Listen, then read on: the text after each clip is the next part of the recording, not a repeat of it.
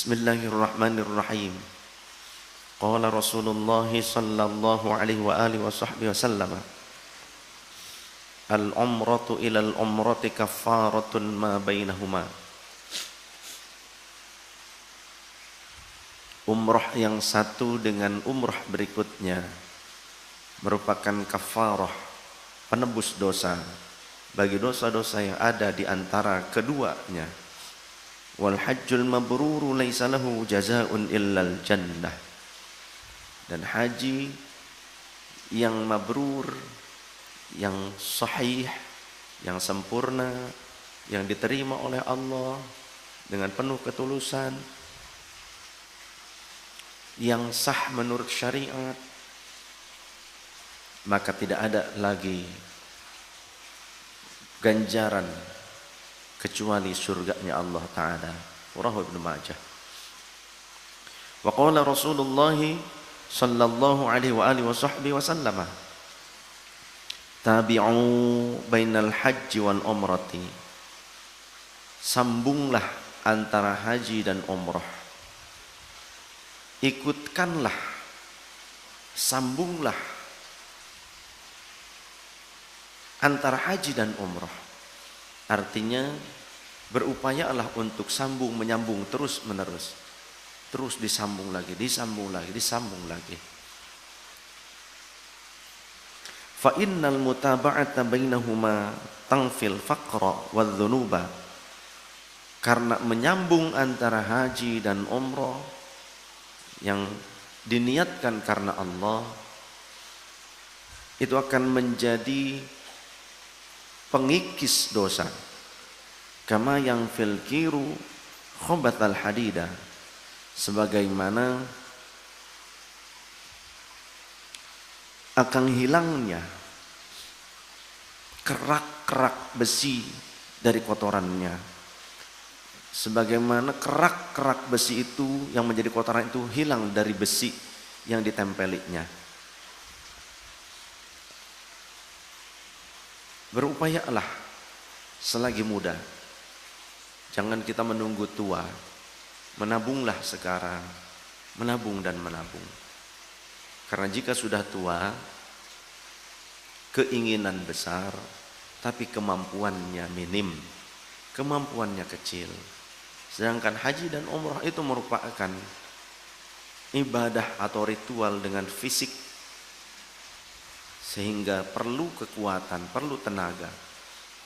Oleh karenanya jangan menunggu nanti, menabunglah dari sekarang. Semoga saja sejak muda sudah bisa menyempurnakan rukun Islamnya. Dan ketika kita ingin memberangkatkan orang tua kita, sebaiknya kita menemani sebagai anak. Karena apa? Kasihan mereka dalam kondisi di usia senjanya, akalnya tidak secerdas anak-anak muda, kekuatan fisiknya tidak sekuat remaja-remaja, tapi mereka berupaya sekuat tenaga untuk bisa menyempurnakan nusuknya. Tapi andai anaknya tidak ikut, sangat disayangkan. Padahal itu kesempatan yang terbaik bagi seorang anak untuk melaksanakan birrul walidain.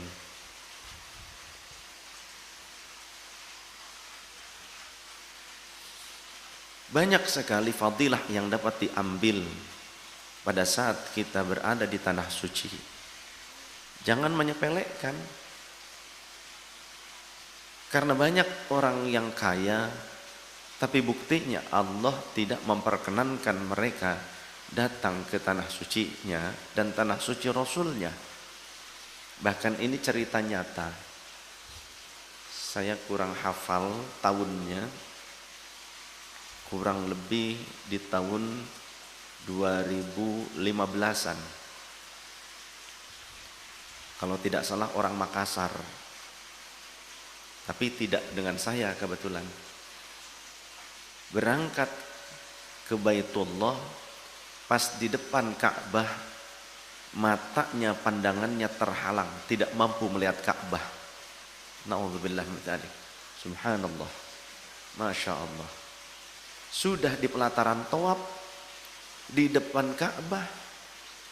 Pada teman saya bilang, Ustaz, mana Ka'bah itu? Ini Bapak di depan Bapak. Gak ada. Tidak bisa melihat Ka'bah.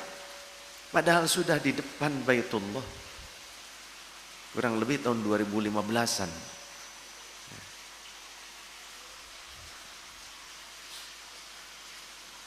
Oleh karenanya penting juga bagi kita berangkat ibadah haji ataupun umroh harus didasari dengan kesolehan, niat yang tulus, bekal dan biaya dari harta yang halalan thayyiban, bukan hasil korupsi.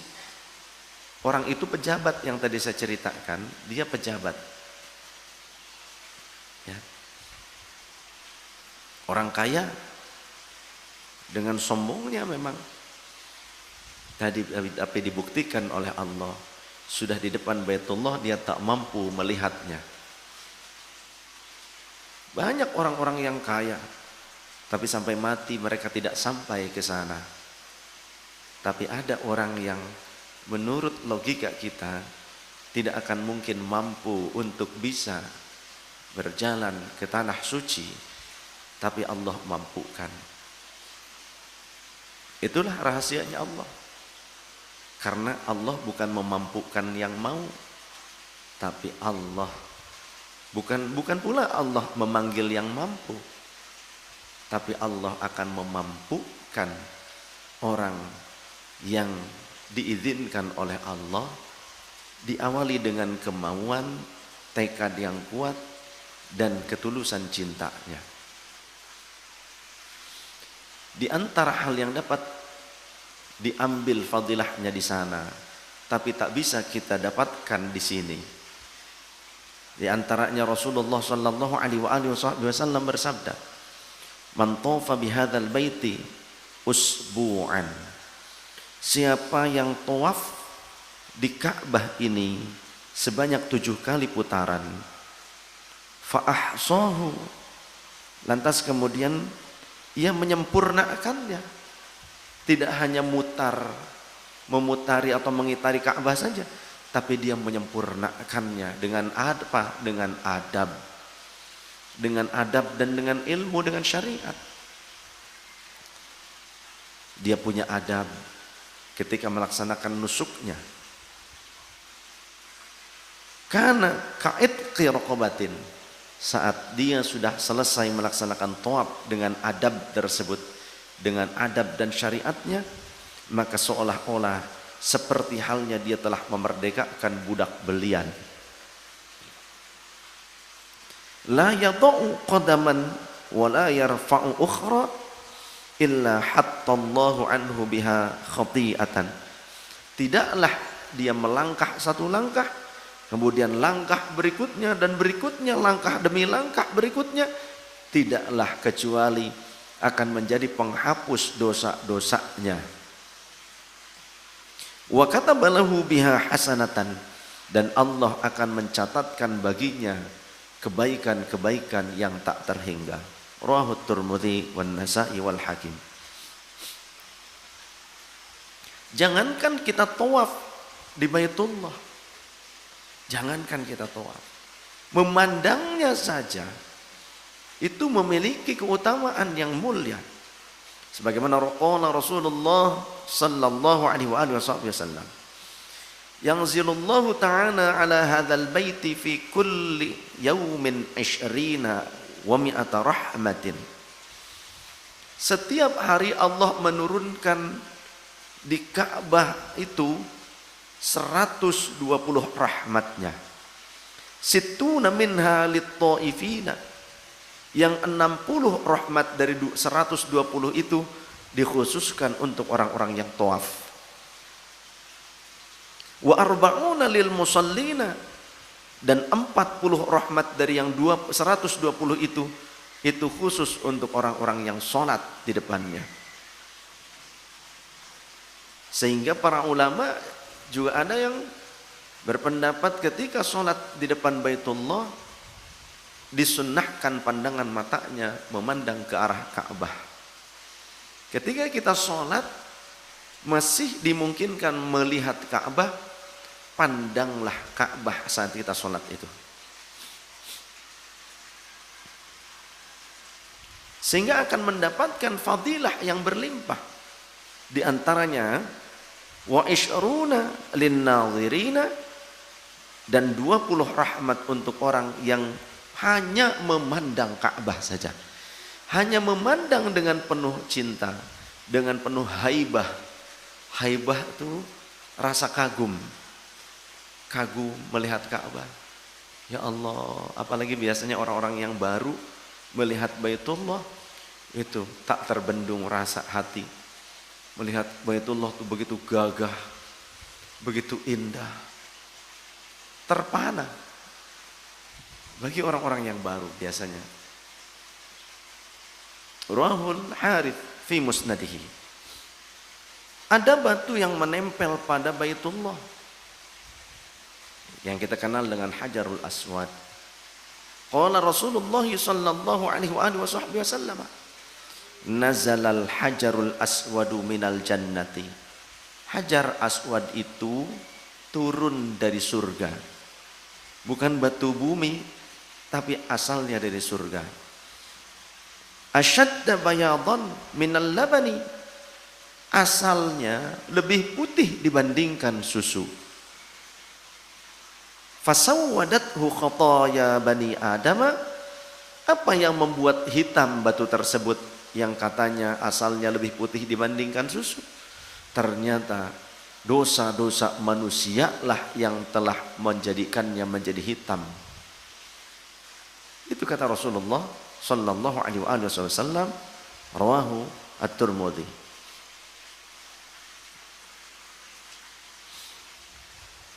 Ketika kita datang ke sana, entah sholat, entah tawaf, entah memandang saja pada Baitullah dengan pandangan haibah, apa yang akan kita dapatkan nanti? Ternyata kata Rasulullah, persaksian.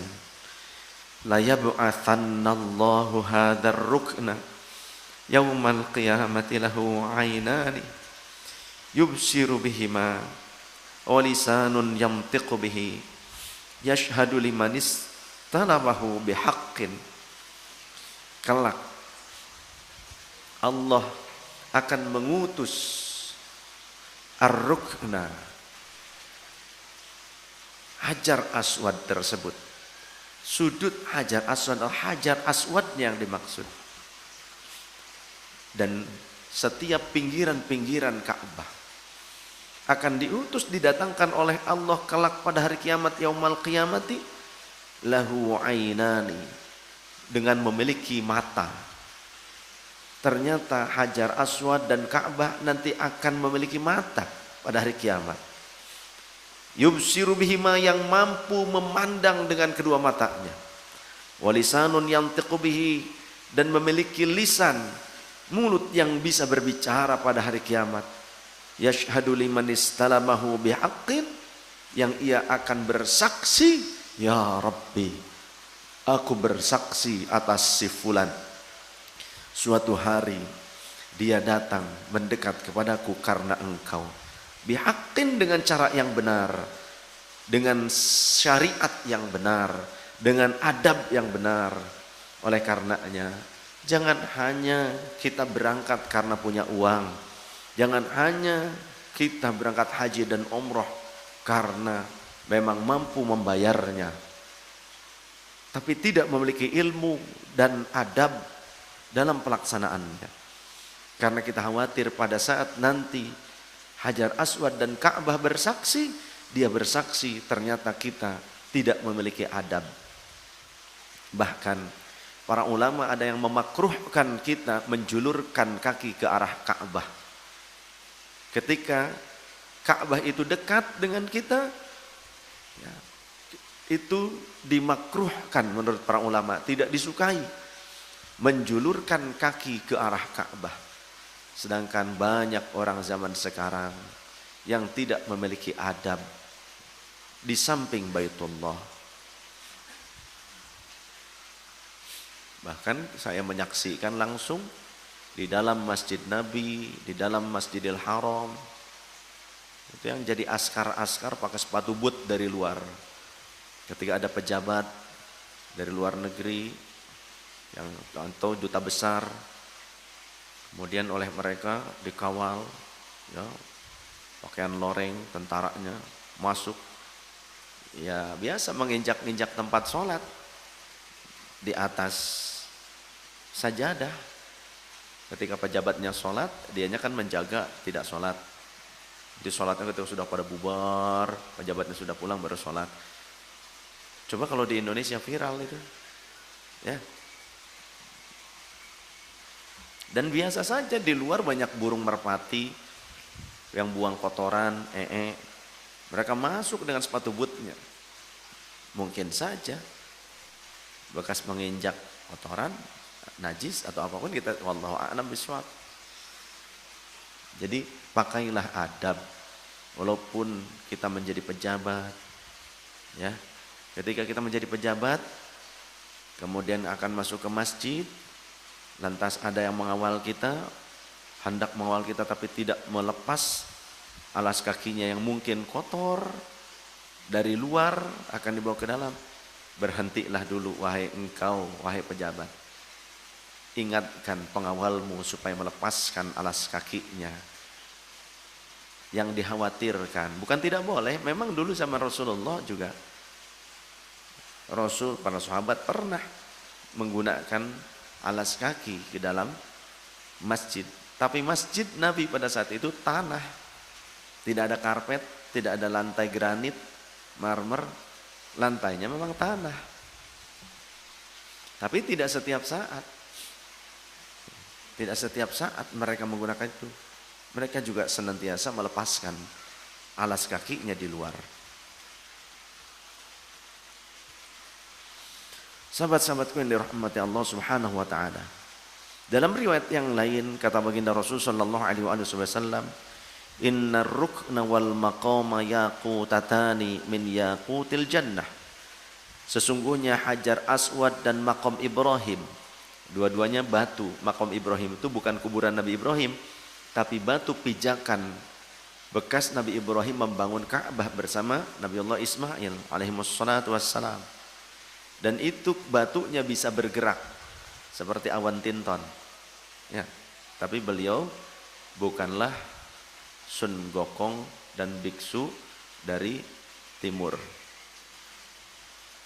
bukan, ya. Beliau Nabi Ibrahim, Abraham, Brahmana, Brahma, ya. Nabi Ibrahim, Abraham, Abroham, Brahma.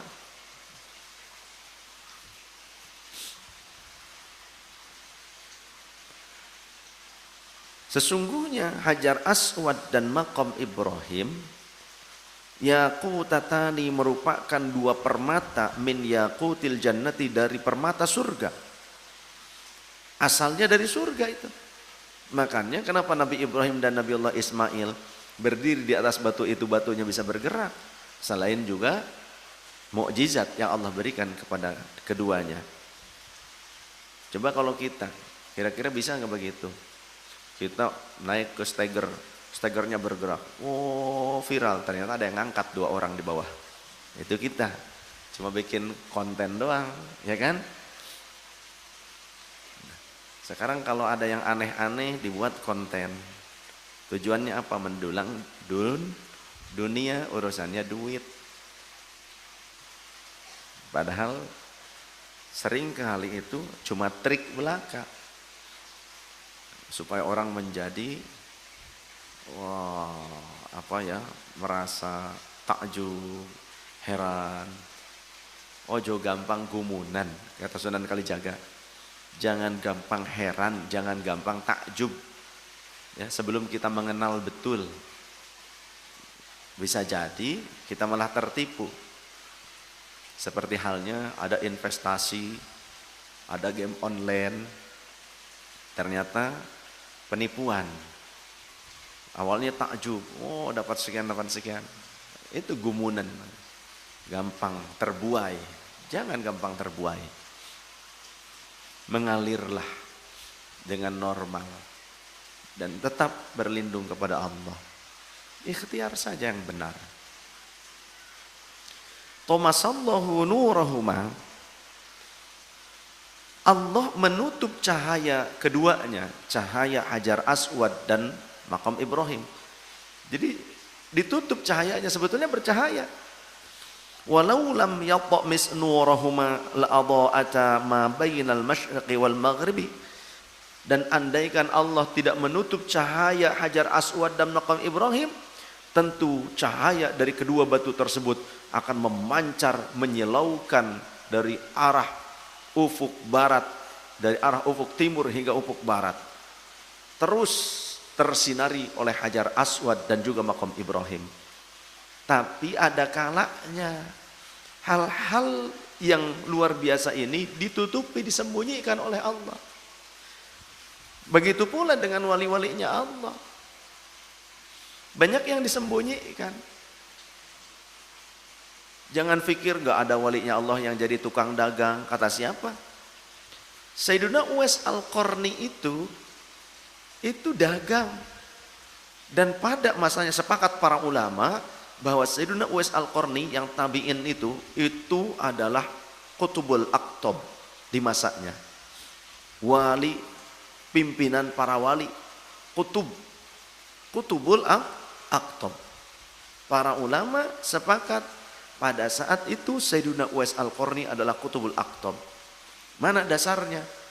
Rasulullah pernah berkata kepada para sahabat, terlebih juga kepada sahabat yang senior yang sudah dijanjikan masuk surga. Kata Rasul, kelak akan ada seorang pria dari Qaran, kemudian pindah ke Yaman, yang dia memiliki penyakit kulit. Kemudian Allah menyembuhkannya, tinggal sisa sebesar koin dirham. Andaikan dia mau, Allah pasti akan menyembuhkan seluruhnya, tapi dia tidak mau disembuhkan seluruhnya. Disisakan sedikit, segede koin. Sebagai bentuk apa? Supaya terus berharap dan bersyukur kepada Allah. Nanti akan datang, jika datang dia kepada kalian, maka mintakanlah kepada dia agar dia memintakan ampunan kepada Allah untuk kalian. Rasul sampai memerintahkan para sahabat, termasuk yang sudah dijanjikan masuk surga, sahabat senior, untuk meminta doa kepada tabi'in, bukan sahabat. Sehingga Sayyidina Uwais Al-Qarni itu disebut sebagai lelaki yang tidak dikenal di bumi, tapi dia dikenal di langit. Jadi tidak harus viral, tidak harus terkenal. Maka beribadahlah bukan untuk dikenal orang. Tujuannya, andaikan Allah memperkenalkan kita kepada makhluknya, sebagai apa? Sebagai contoh. Bahkan Allah menyimpan, memasukkan al-qabul, penerimaan makhluk-makhluknya atas orang tersebut. Maka ada kalanya orang seperti itu. Jadi ada yang dimasyhurkan, ada yang dimasturkan. Ada yang dikenal oleh orang lain kewaliannya, ada yang disembunyikan kewaliannya. Sayyidina Uwais Al-Qarni pedagang. Dagang, ketika dagang dia gendong ibunya di keranjang, di punggungnya, pakai keranjang. Nanti hasil dagangnya dibelikan makanan, dia suapi ibunya yang ada di dalam keranjang itu. Dan dia melaksanakan ibadah haji dengan berjalan kaki sambil menggendong ibu kandungnya. Habis alas kaki, menggendong dari mana? Dari Yaman ke Madinah. Mau ketemu Rasul dulu sebelum ke Makkah. Kebetulan Rasul tidak ada di Madinah, tidak ada di tempat. Pada saat itu ditanyalah oleh para sahabat, apakah di antara kalian, kan satu rombongan, ada yang bernama Uwais dari Qaran, dari Yaman? Ya, aku. Apakah di tubuhmu punya penyakit kulit yang tinggal sedikit tersisa? Ya, ditunjukkan. Maka sesungguhnya Rasul merintahkan kami agar memintakan doa kepada engkau supaya Allah mengampuni kami. Doakanlah kami wahai Uwais. Sahabat minta doa kepada tabi'in. Oleh karenanya, jangan memandang buruk kepada orang lain. Bisa jadi tukang ngangkut es, jualan es, bisa jadi wali. Bisa jadi ternyata tukang ngingon-ngingon domba, itu jadi ternyata wali. Mana mungkin, jangankan wali. Kata Rasul, seluruh nabi semuanya pernah menggembala kambing. Tidak ada nabi yang tidak menggembala kambing. Semua nabi pernah menggembala kambing, termasuk Rasulullah Sallallahu Alaihi Wasallam. Nabi itu cuma wali, nabi saja menggembala kambing, apalagi cuma wali, sah-sah saja. Jadi jangan kita sepelekan. Sahabat-sahabatku yang dirahmati Allah Subhanahu wa taala. Jangan kita khawatir dengan biaya perjalanan kita ke tanah suci ataupun ziarah ke Rasulullah sallallahu alaihi wasallam. Terus ketika kita melaksanakan ibadah haji dan umroh, jangan anti ziarah ke Rasulullah sallallahu alaihi wasallam. Jangan anti. Karena banyak yang anti ziarah ke Rasulullah. Hati-hati. Kata Rasul, "Man hajja wa lam yazurni faqad jafani." Siapa yang hajian termasuk umroh itu hajjul asghar. Umroh itu haji kecil, sama saja. Walam yazurni, dan dia tidak berziarah kepadaku, faqad jafani, sungguh ia telah memutuskan tali hubungan denganku. Noh, ini Wahabi biasanya kan nggak mau tuh ziarah ke Rasulullah. Ya, kalau sudah umroh sekali juga nggak mau, ambil mikot lagi nggak mau mereka. Udah sekali aja, sekali pemberangkatan. Ziarahlah ke Rasul sallallahu alaihi wasallam sebisa mungkin, sesering mungkin. Dan biaya untuk perjalanan haji ataupun umroh itu akan dinilai sebagai sedekah.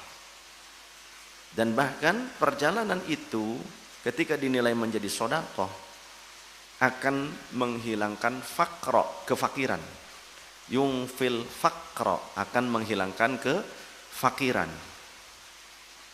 Jadi jangan takut setelah kita berangkat ziarah ke Baitullah, ziarah ke Rasulullah SAW, takut kekurangan harta, takut susah harta. Jangan takut, karena Allah akan mengembalikan bisab'i mi'ati di'afin, dengan 700 kali lipat dari apa yang kita keluarkan. Jangankan untuk biaya pemberangkatannya, ongkosnya, belanjanya saja di Madinah itu barokah. Karena masuk kategori doanya Rasul yang mendoakan liternya, timbangannya, soknya. Jadi kalau belanja di Madinah malah barokah. Ya. Jadi bukan karena banyak uang belanja di Madinah, bukan karena itu. Tapi niatkan segalanya karena ittiba kepada Rasulullah sallallahu alaihi wasallam. Jadi jangan asal. Ittiba. Jadi jangan ke sana cuma ingin bikin status selfius soleh saja. Boleh kita mengabadikan momen itu karena memang tidak semua orang bisa setiap saat datang ke sana, betul tidak? Tapi jangan dijadikan sebagai niat riya, ujub, merasa yang lain di bawah gua nih bisa, jangan begitu. Tapi niatkan, kalaupun kita mau memperlihatkan itu, niatkan ingin memotivasi orang lain. Seperti ada sahabat kita, ya alhamdulillah, Kang Deden Guntur, yang suka beres-beres nih, karpet apa segala macam. Tidak ada yang tidak mungkin bagi Allah. Saya kemarin sudah izin ke Mang Deden untuk menyampaikan ini supaya menjadi motivasi. Makanya saya buat caption sang motivator. Mas Rian buat caption akibat nurut guru. Beliau asalnya kan usahanya sebagai pekerja, buruh harian untuk mengantarkan air galon ke rumah-rumah customer, konsumennya. Yang punya bukan beliau. Tapi dengan izin Allah, usaha bosnya itu sekarang dimiliki oleh Mang Deden Guntur. Alhamdulillah. Jadi sekarang itu jadi ownernya beliau. Jadi owner. Ya. Allah berikan rumah, beliau bisa beli rumah dengan izin Allah. Berkah khidmat kepada Allah, kepada Rasulullah dan kepada umat. Khidmat di majelis untuk tamu-tamunya Allah, tamunya Rasulullah. Ini kan yang datang ke majelis itu tamunya Allah dan tamunya Rasulullah. Mereka ingin mengenal Allah, mereka ingin mendekat kepada Allah, mengenal syariatnya. Mereka juga ingin bersolawat karena cinta dan rindunya kepada Rasulullah. Jadi ini semuanya adalah tamu-tamunya Allah dan Rasulullah. Ketika teman-teman khidmat di majelis, hakikatnya kita ini khidmat kepada Allah dan Rasulullah. Tidak akan ada yang disia-siakan. Semua penilaian yang terbaik adalah dari Allah dan Rasulnya. Yakin? Karena syarat utama diijabahnya doa adalah keyakinan. Mudah-mudahan bermanfaat dan menjadi motivasi. Ayo mumpung masih muda, ya kita niatkan, azam, kita upayakan. Tidak ada yang tidak mungkin. Kemudian juga insya Allah jamaah kita juga sempat ketika Walimatus Safar ada yang nangis. Alhamdulillah Habib bekerja sebagai apa? Melayani atau pramusaji di warung tenda. Jadi warung pinggiran jalan tuh pakai tenda, warung ayam, pecel lele. Ada jamaah kita dari Garut. Alhamdulillah diberangkatkan oleh majikannya. Tuh, padahal kalau dia nabung kata dia nggak mungkin, Bib. Nggak mungkin. Saya di sini rumah aja ngontrak, katanya ngontrak sama teman-temannya, tapi beliau ternyata diberangkatkan oleh majikannya. Hakikatnya Allah akan memanggil orang yang pantas, bukan orang yang mampu, gitu kan? Banyak orang yang mampu tapi ketika tidak pantas sampai di depan Baitullah nggak bisa ngelihat Baitullah. Sampai di Madinah sakit nggak bisa zarah, berboro zarah, ke Masjid Nabawi aja nggak bisa. Ada yang begitu. Sakit aja. Tadinya sehat-sehat sampai di sana nggak bisa ke masjid-masjid acan. Nah, oleh karenanya pantaskan sejak dini. Jadikan kita orang yang pantas. Sujud kepada Allah bukan kepada batu. Sujud kepada Allah walaupun di depan Baitullah. Hakikatnya sujudnya kepada Allah. Jangan niat sujud kepada Ka'bah. Ka'bah hanya sebatas kiblat yang diperintahkan oleh Allah, kita menghadap ke arah itu. Tapi sujudnya, ta'abbudnya harus kepada Allah.